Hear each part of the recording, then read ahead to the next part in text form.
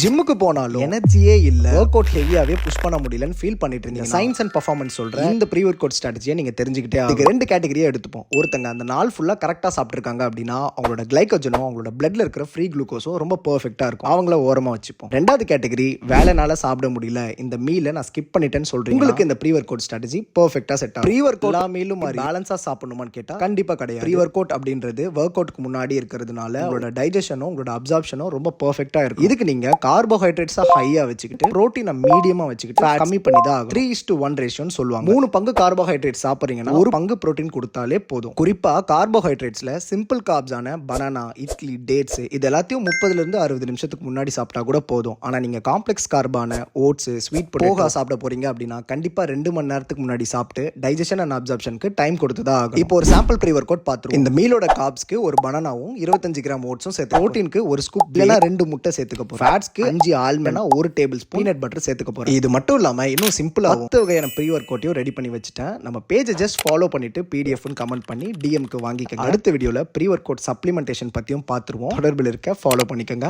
அடுத்த வீடியோல சந்திப்போம். தேங்க்யூ, டாடா, பாய்.